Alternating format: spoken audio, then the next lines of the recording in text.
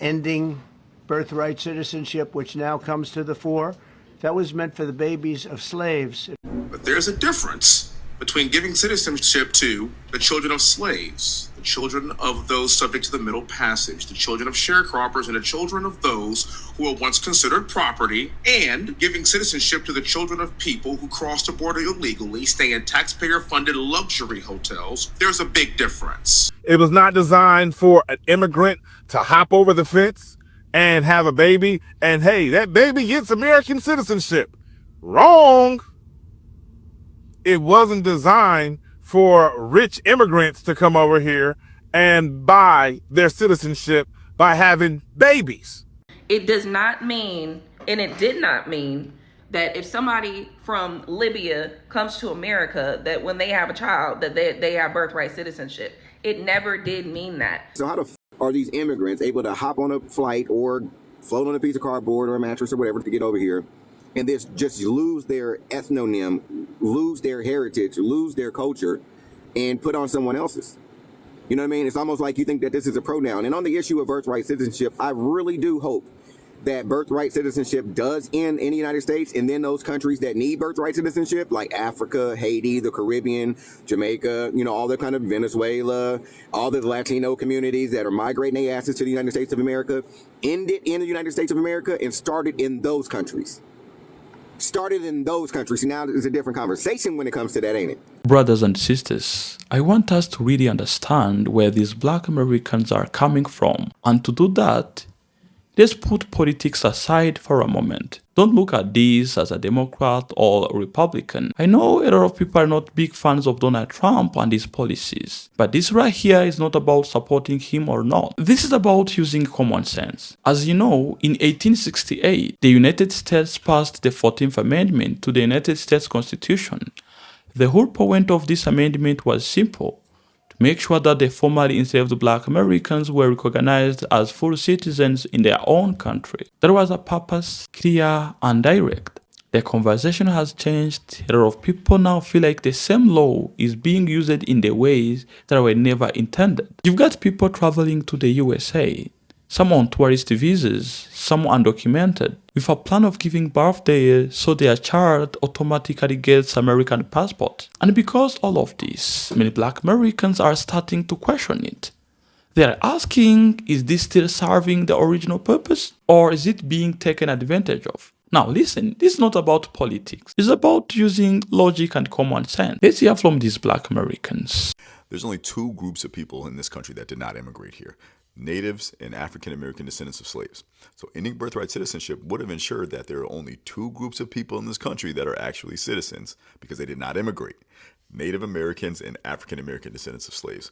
That's the level of incompetence and ineptitude you're dealing with this administration. In their quest to end birthright citizenship, they would have ensured that the only actual American citizens were natives and African American descendants of slaves. We are the strongest ethnic group in the U.S. that can't be touched. We're the only ones where if a news anchor says the N-word, they're getting canceled, they're getting fired, they're losing their income over a black person. You're mad. We can't be touched.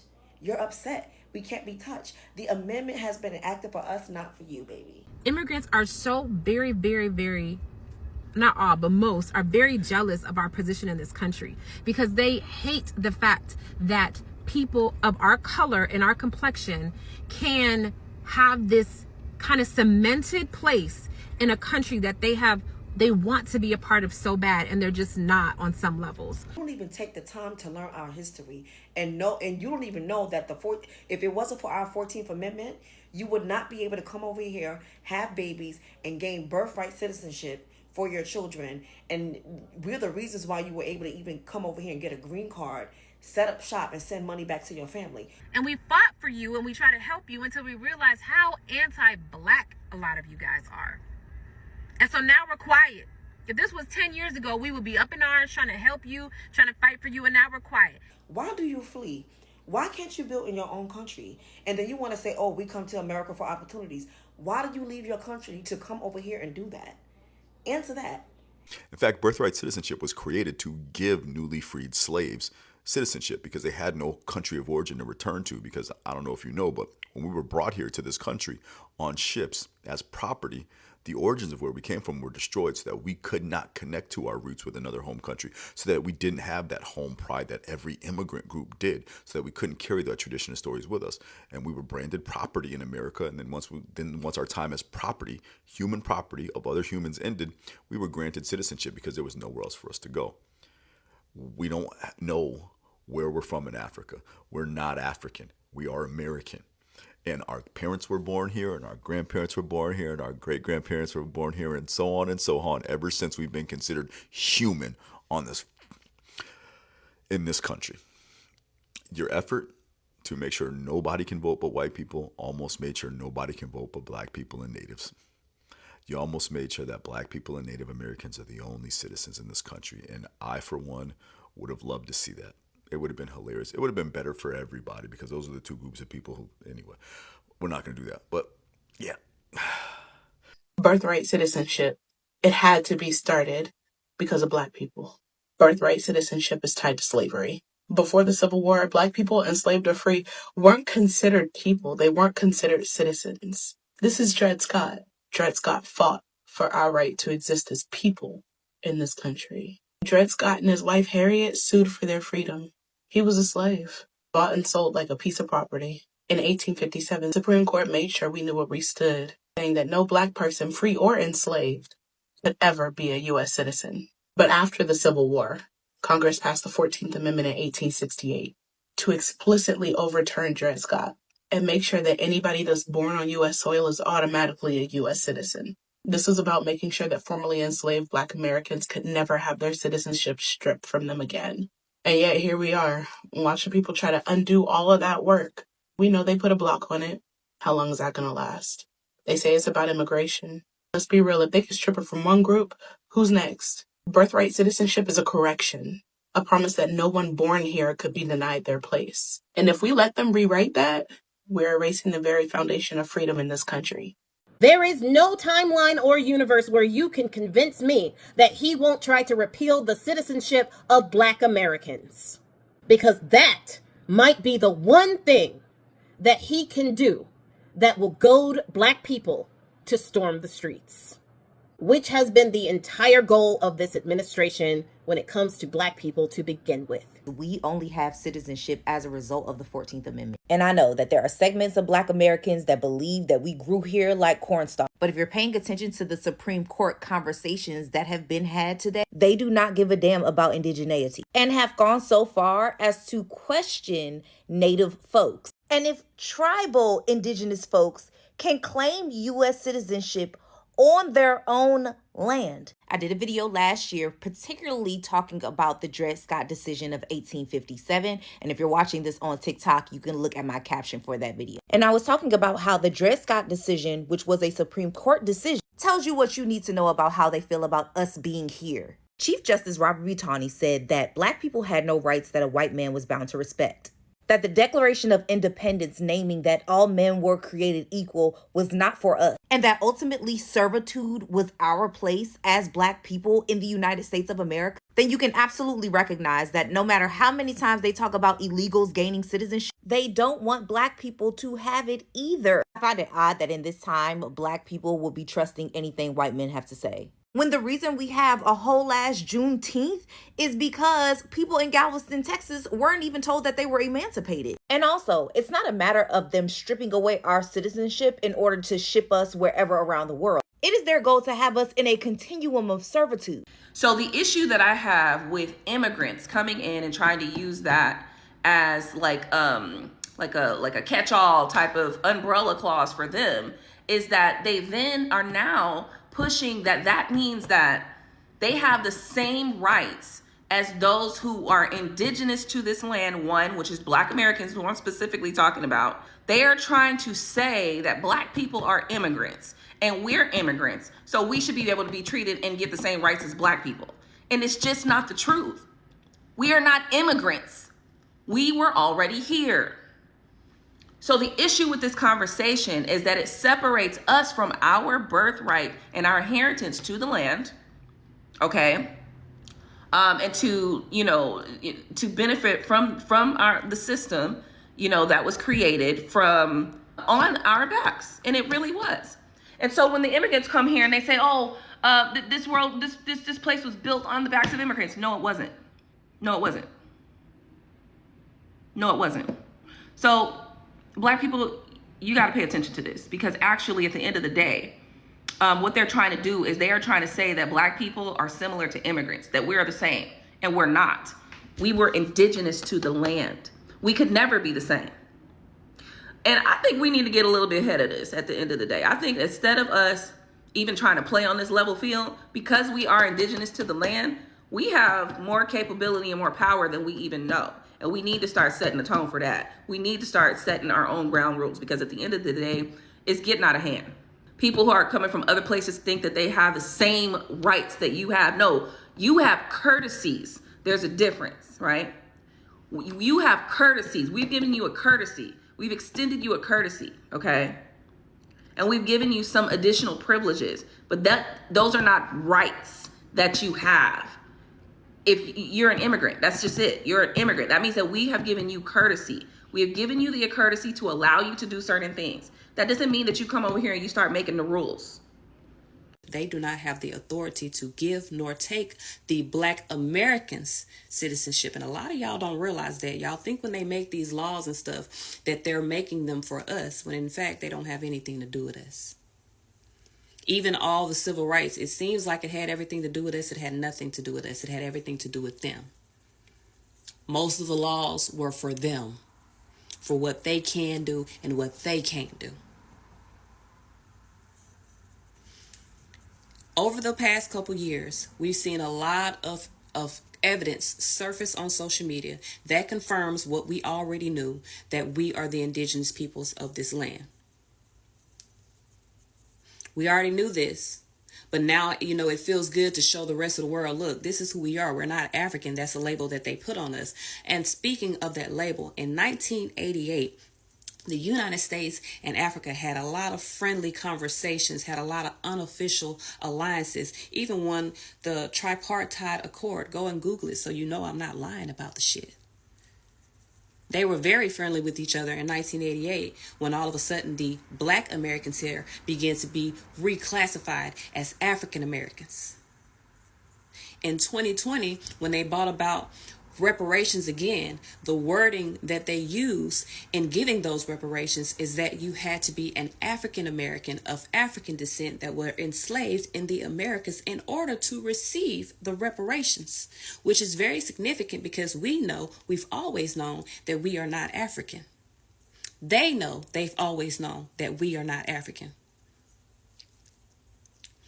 In 2025, right now, you got the Native Americans, the Africans, and God knows who else debating on who owns Black America. You got the United States and Africa co-conspiring with each other to include Africans under the umbrella of African Americans. Why do you think that is? The terminology that is used is that the reparations will go to those African Americans of African lineage who were enslaved in the Americas, and that lineage must be able to be proven. You know, one thing you cannot do, Black America, is prove African lineage. You know who can prove African lineage? The Africans that are coming in here by the droves. None of this shit is for us. All of this is by design, is to line their pockets. They have an alliance with each other, which is why they made the classification of African American. That is the combination, the unification of two nations. They know who we are. They don't give a fuck about nobody else knowing who we are, because in the end, it benefits them in the money games that they create. You know the difference between an enslaved Black person and an enslaved African person?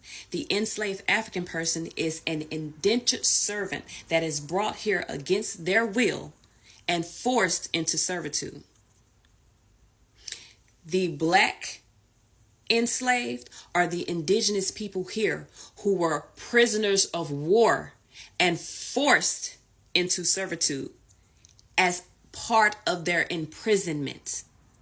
That's the difference in the classification, and that's why you were never, ever, ever, ever gonna receive those reparations, because they were never for you.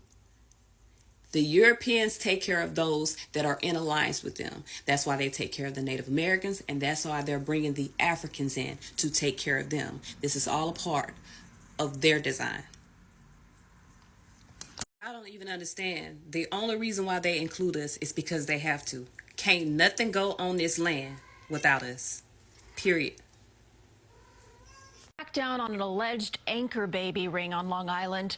Prosecutors say more than 100 pregnant women from Turkey came here to give birth, so their children were instantly granted U.S. citizenship. Investigators say the women then used benefits like Medicaid. CBS 2's Carolyn Gussoff reports from Suffolk County.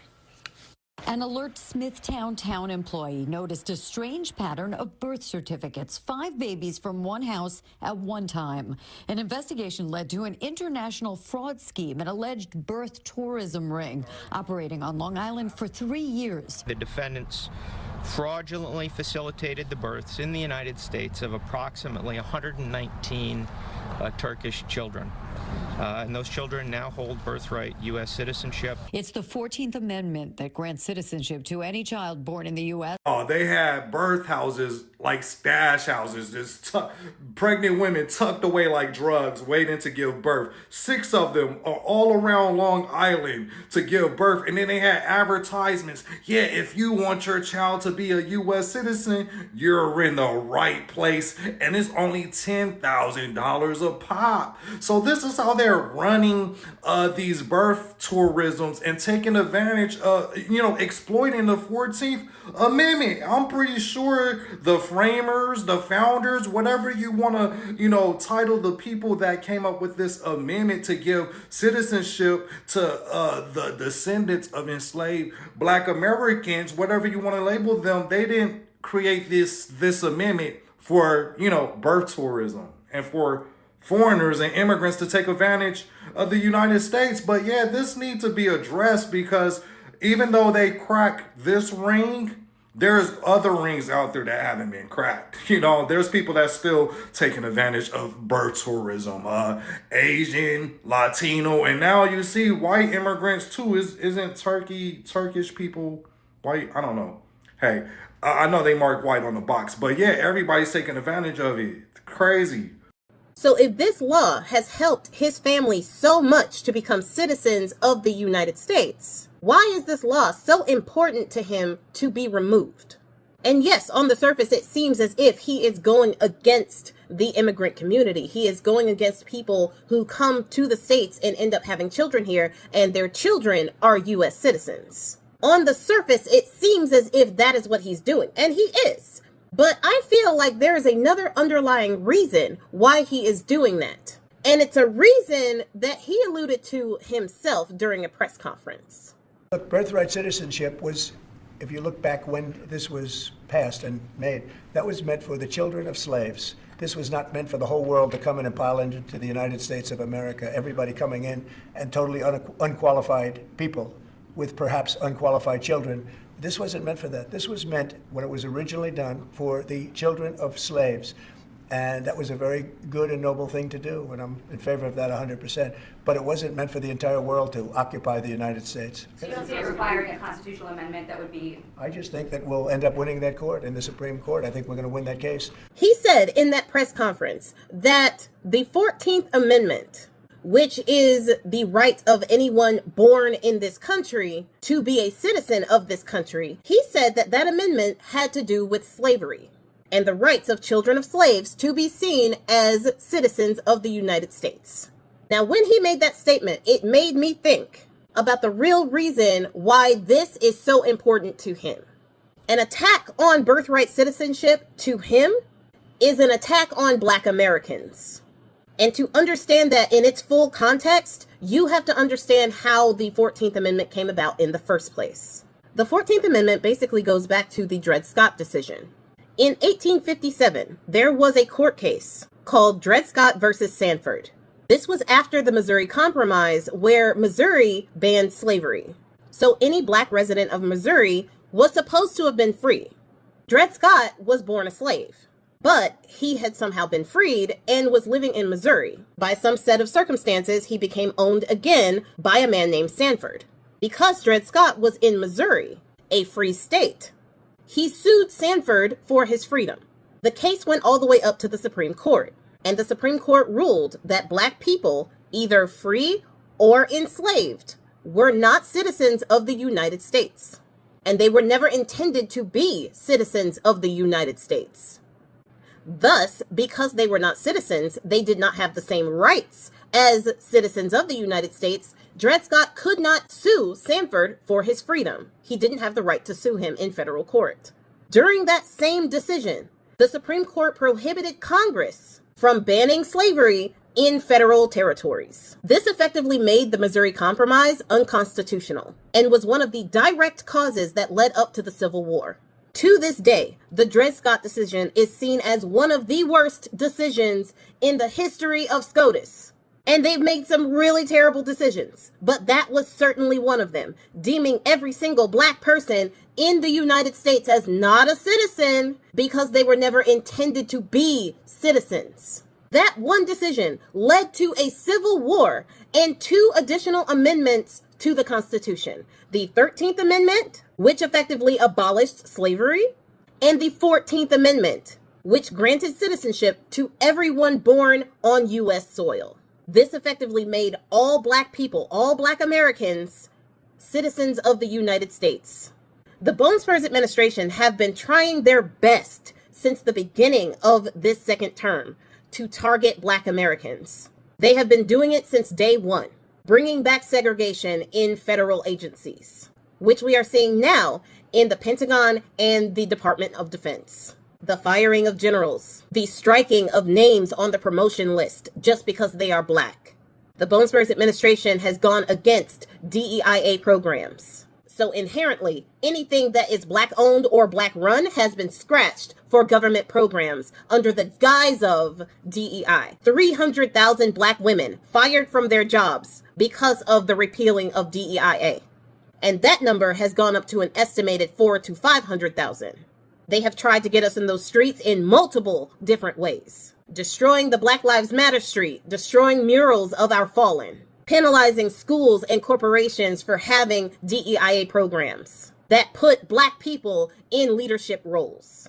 Bone Spurs wrote executive orders on day one, giving cops more immunity for brutalizing black people.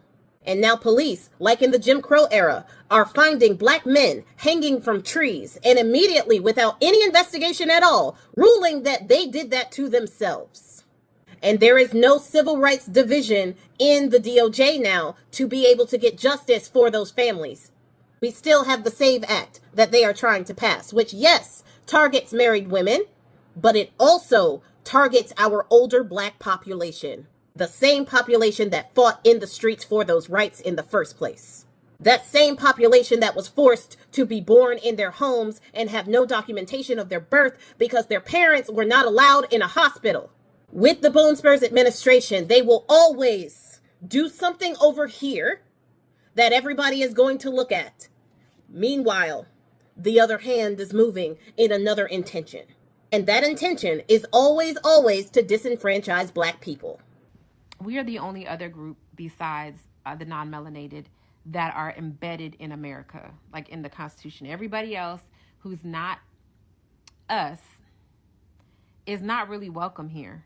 And they've all come through us. They don't want us to know that they have every every melanated immigrant who's come here, Asian, African, Caribbean, Hispanic, whatever, has come here by using us, the ethnic black American, as precedent from the Constitution. So let me break it down.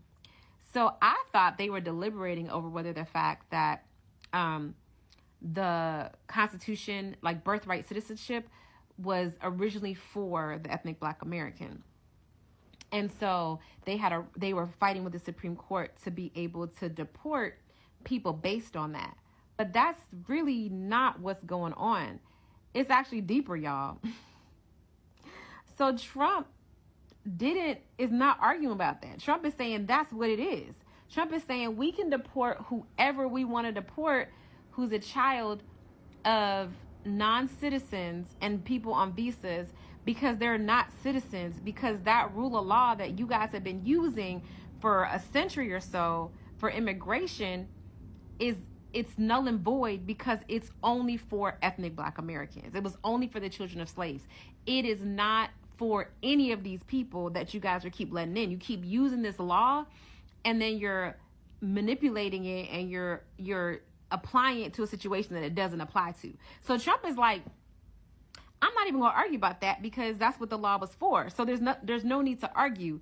Y'all need to get these quote unquote anchor babies out of here. And I'm going to do it.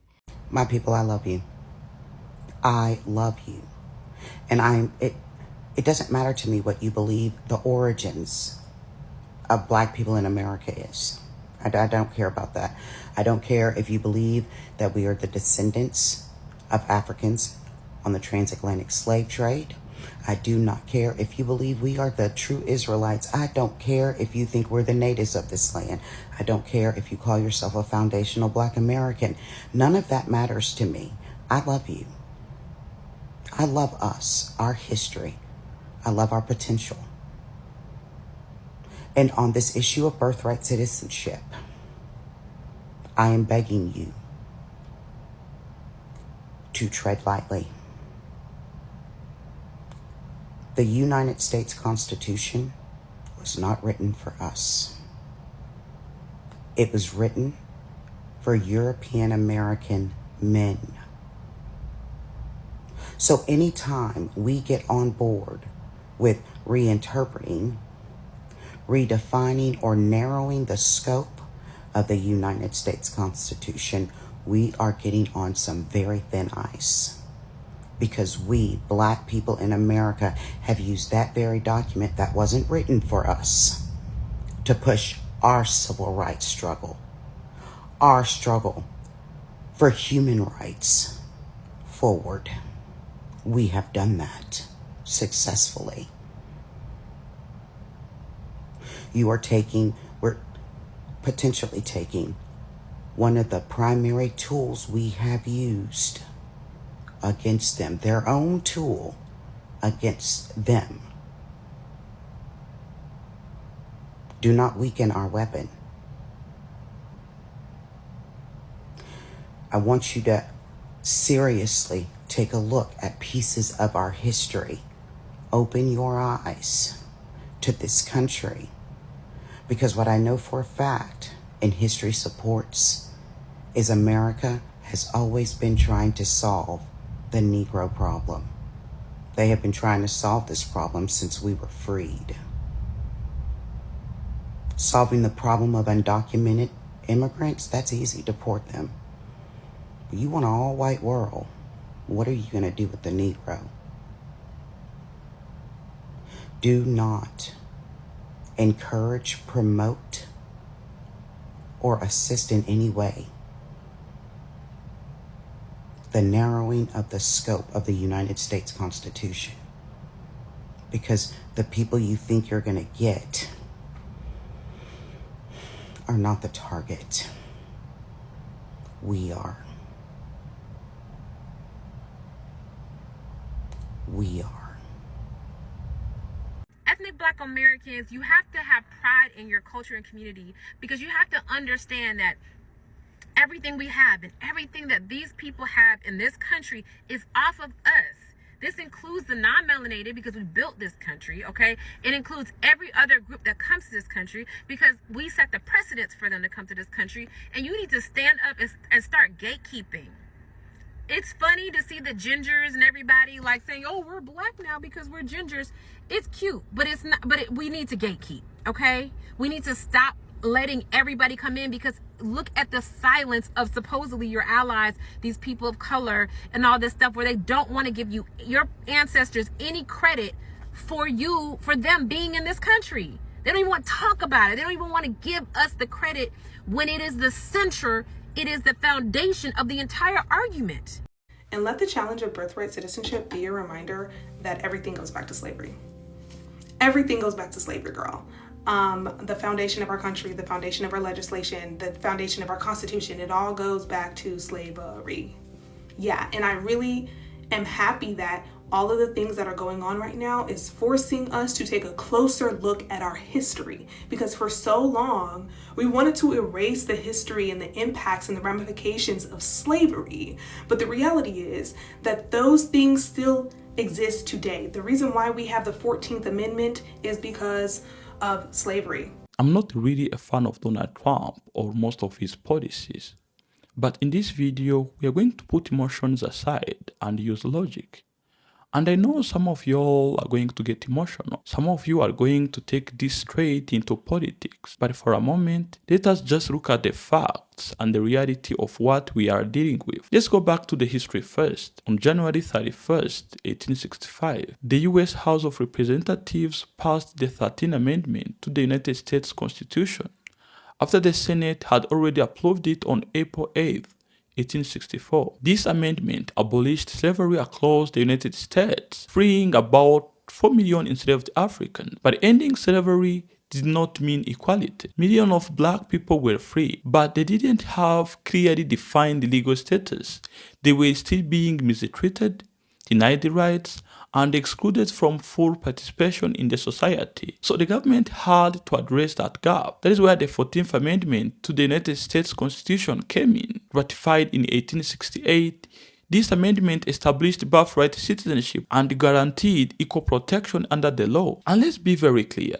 The main purpose of that amendment was to protect formerly enslaved black Americans. These were people who had built that country with their labor, yet they were denied recognition as full citizens. So historically, this amendment wasn't random. It was targeted. It had a purpose. Now fast forward to today, and the conversation has changed completely. We are no longer talking about formerly enslaved people being recognized as citizens. Now we are talking about how birthright citizenship is being applied in modern times, and whether it is being used in the ways that were never originally intended. And this is where the debate gets uncomfortable. Now, let me give you this example. Imagine someone travels to the United States not to build their life, not to integrate into the system, but with one specific plan: to have a child on the US soil so that child automatically becomes an American citizen. After that, they go back to their home country and continue their life there. Now, the child grows up in a completely different environment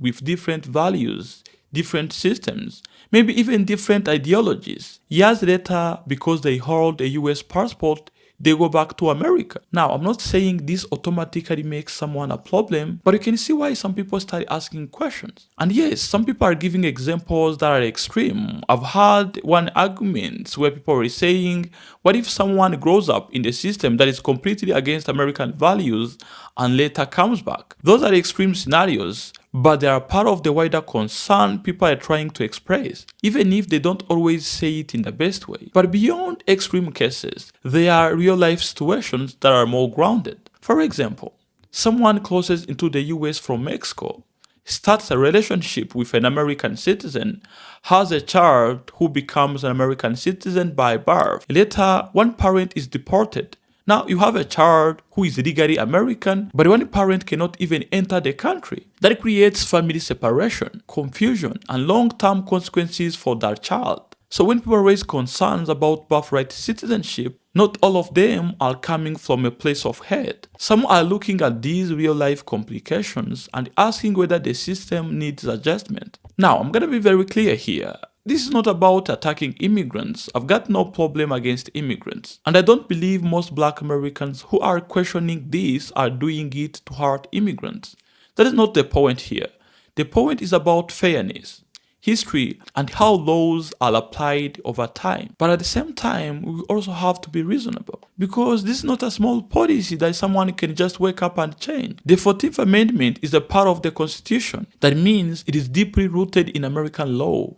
It is not something a president whether it's Donald Trump or anyone else, can just change overnight because they feel like it. They would require a serious legal process involving Congress and likely constitutional amendments or reinterpretations by the courts. So when you hear political speeches about ending birthright citizenship, understand it is not that simple. Now, there is another layer to this conversation that I've heard from those clips, and I want us to address it too. Some immigrants have been saying that if birthright citizenship is changed or limited, Black Americans could also be affected. But that argument does not really hold when you look at the history.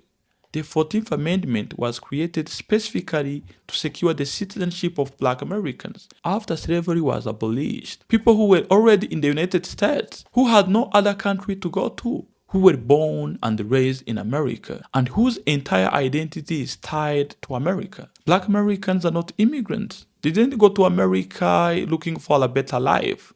Their ancestors were forcibly taken to America, and over generations, they became a foundational part of America. So the idea that they could suddenly be removed or lose their status the same way someone on temporary visa might be affected, it doesn't align with the historical purpose of that amendment. But again, I didn't like the way some of these creators were expressing their views on immigrants. I cannot end this video without being honest about what I've seen in those clips. You have clearly seen it, that there might be some Black Americans who don't like immigrants. The same way, there are also immigrants who don't like Black Americans. That tension exists on both sides. But instead of turning this into a fight, we need to analyze this logically. Does birthright citizenship still serve its original purpose the same way it did in 1868? Are there modern realities that require adjustments? And if changes are made, how do you do it in a way that doesn't harm people